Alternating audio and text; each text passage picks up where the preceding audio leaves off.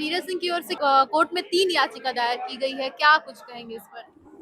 हाँ, देखिए, नीरज सिंह के तरफ से एक तो एंटीसिपेटरी बेल हम लोगों ने लगाया है, जिसकी सुनवाई 6 तारीख सोमवार को होगी।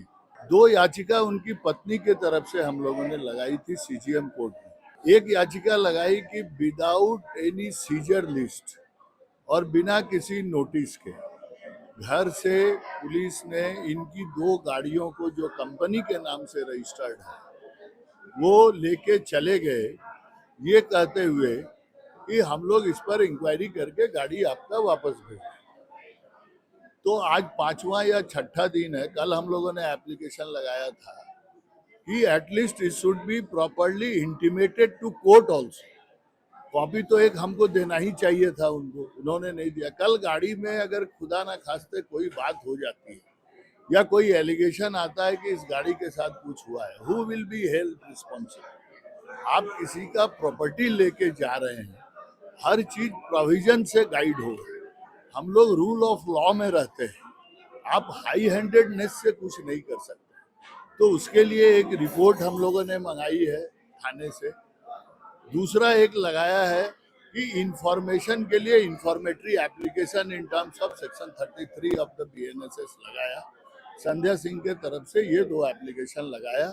उसमें ये भी मेंशन किए हैं कि उनके रेसिडेंस पर, जिसमें वो और उनकी पत्नी, ये बेटी 13 साल की और एक मेड रहती है, पुलिस बिना किसी नोटिस के, बिना किसी सर्च, अधिकृत सर्च वारंट के और बिना किसी सूचना के घर में घुस जाती है, उनके कबर्ड वगैरह उसको चेक करती है।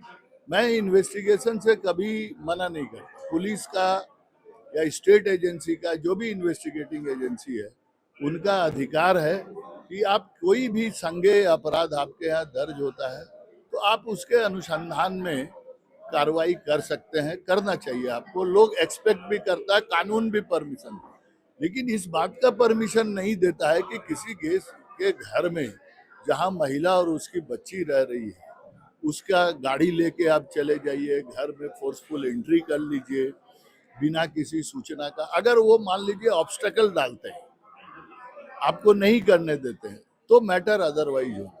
और कोर्ट के संज्ञान में आपने इस तथ्यों को नहीं लाया, तो हमने इन तथ्यों को कोर्ट के संज्ञान में लाया है। इसी उद्देश्य से ये फाइल किया। नीरज सिंह डीडी के संचालक है और जिस दिन ये पूरा कांड हुआ डीडी के बाहर, उस दिन उस वक्त वहाँ वो मौजूद नहीं थे और अब उनके ऊपर एफआईआर दर्ज किया गया है। तो नीरज सिंह क्या कुछ कर सकते हैं और पुलिस प्रशासन की ओर से क्या कुछ कार्रवाई होनी चाहिए? इसमें दो मत नहीं है कि नीरज सिंह एक नामजद प्राथमिकी अभियुक्त हैं, लेकिन अगर आप एफआईआर को पढ़े होंगे या पढ़ेंगे तो एफआईआर के दूसरे पृष्ठ के अंतिम में उनको एक जो इन्फॉर्मेंट है, यही नीरज सिंह और उनका मैनेजर, इन लोगों ने एक षड्यंत्र के तहत ये करवाया है।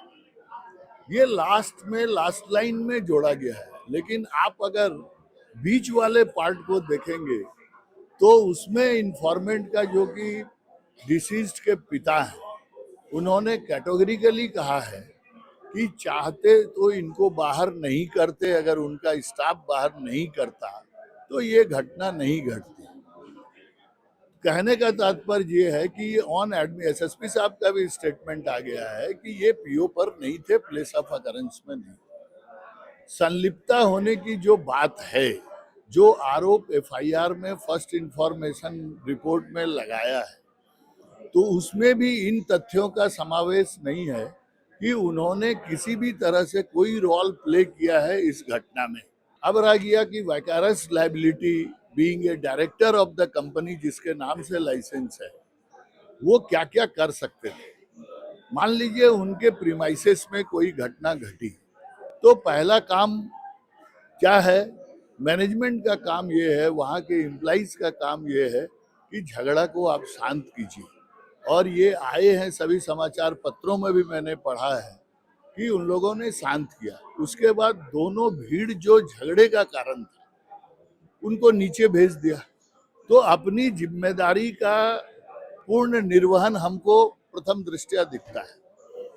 अब रह गई बात कि नीचे पुलिस की दो दो वैन है, घटना वहां घटती है, एक्शन लिया है एडमिनिस्ट्रेशन ने पुलिस वाले पर, ये उनका जुरिस्डिक्शन है, उस पर हमको कुछ नहीं कहना है। हर कानून में एक बात साफ साफ है कि पार्टिसिपेशन और role played in a crime, उसको देखना है। फेयर इन्वेस्टिगेशन और फेयर ट्रायल, ये संवैधानिक अधिकार है हर सिटीजन ऑफ इंडिया का। तो आपका इन्वेस्टिगेशन बायस्ड नहीं होना चाहिए। किसी भी, ना कोर्ट को ना वकील को कोई अधिकार नहीं है कि इन्वेस्टिगेशन का मैनर क्या होगा उस पर कोई कमेंट करने का या उस पर कोई डायरेक्शन देने का। लेकिन जो संवैधानिक प्रिजम्पशन है, presumption of innocence of N accused, कि हर एक्यूज निर्दोष है, इस प्रिंसिपल को आप भूल नहीं सकते।